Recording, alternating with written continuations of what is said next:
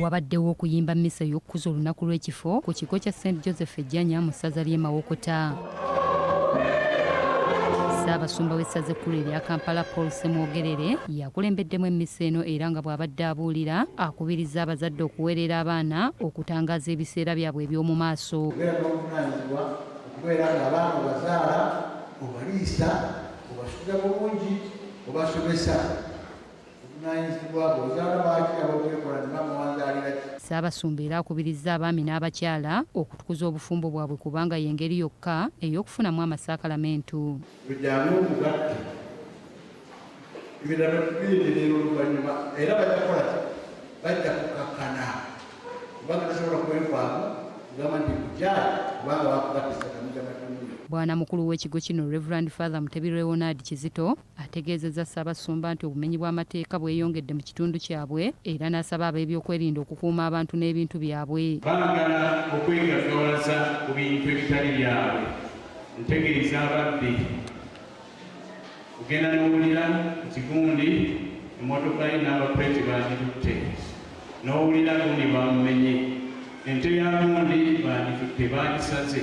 Omukolo gwetabiddwako abakulembeze ab'enjawulo okubadde omubaka omukyalo ow'Empigi Teddy Nambooze nga yeekokkodde ekiwamba abantu ekikudde ejjembe mu ggwanga. Tosobola kusanga kitta bantu ekiri mu Uganda. Tosobola kusanga byanjigiriza ndaba abasomesa bangi nga bigenda bwebiti.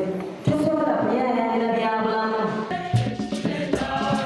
Mu ngeri y'emu omusumba w'essaza ly'e Masaka Severus Jumba akiikiriddwa Reverend Father John Baptist Kaganda mu mmisa y'abannamasaka gye bayimbidde ku Bishop Dung Gardens Nsambya. Omusumba Jumba mu bubaka bw'atisse Father John Kaganda akubiriza abakristo okukola ennyo okwejja mu bwavu. Tulime emmere emala ng'oggyeko ekigambo eky'emmere emala. Omusumba era ayongera okutukubiriza tulime emmwanyi. Omusumba agamba kijja mmuzibuwalira okuyigiriza abantu eddiini naye abantu nga bayala. Ku lulwe Father Kaganda akubiriza abantu obutaggwaamu ssuubi wadde nga balina okusoomoozebwa. Bwana mukulu w'ekisomesa ky'Ebbuye Reverend Father Frederick Kiggundu yeebazizza bannabbuye okukwatira awamu okukulaakulanya ekereziya. Essira twalissa ku kukunga abantu okubaagazisa ensonga y'oluwalo luno. Ffe nga bannambuye twazze n'ettoffaali lya bukadde 2. Jacqueline Nantale ne Irene Mirembe, Libye Serefina Gambuze.